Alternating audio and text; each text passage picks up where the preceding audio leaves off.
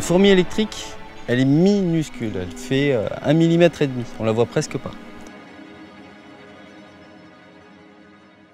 Alors elles vivent surtout dans les zones dégradées par l'homme, les milieux perturbés.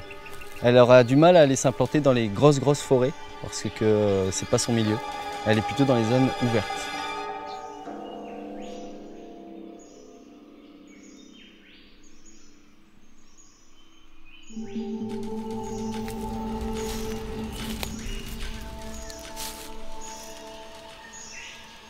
Il y a un nid qui est installé là. Alors on a compté jusqu'à 90 reines au mètre carré. Il n'y a qu'une seule colonie en fait, une énorme colonie qui est fragmentée. Et le petit fragment qui est sous ce caillou là, il va être connecté à celles qui sont dans l'arbre, celles qui sont un peu plus loin. C'est ce qu'on appelle l'unicolonialité. C'est-à-dire qu'au lieu d'avoir une seule reine par colonie, on peut avoir 100 reines dans une colonie.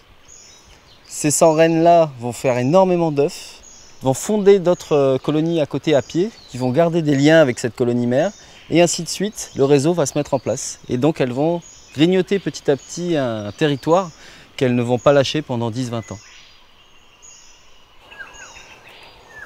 Là on voit bien les colonnes de fourmis qui partent vers le haut, qui partent vers le bas des deux côtés. Et chaque colonne en fait elle va aller reconnecter à un autre nid, à tout ce réseau là. C'est comme un réseau de neurones en fait. Et si jamais les conditions dans cet endroit-là c'est trop sec, elles vont déplacer tout le monde un peu plus haut, un peu plus bas. Elles s'adaptent. C'est pour ça qu'elles sont bien présentes dans les zones où il y a l'homme. Comme l'homme perturbe, il faut des espèces qui s'adaptent aux perturbations. Et celle-là, elle est parfaite pour ça. Elle est considérée comme une des pires menaces. Dans les zones où elle vient s'installer, il n'y a quasiment plus une autre espèce de fourmi. Les populations d'insectes descendent aussi fortement, les populations de reptiles et dans certains cas même les oiseaux. Cette fourmi-là, elle a une piqûre qui est très douloureuse. C'est un venin qu'elle vient nous injecter sous la peau et ça nous fait comme une goutte d'acide. Elle va vous piquer, elle va partir. C'est que 5-10 minutes après seulement qu'on va sentir la piqûre. Quand on regarde les insectes, eux, c'est quasiment immédiat la mort.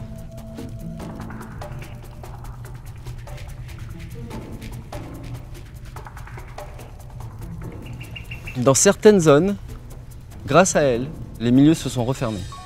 Parce qu'il y avait tellement de fourmis qui piquaient que les gens ont laissé l'endroit et du coup la forêt s'est réinstallée.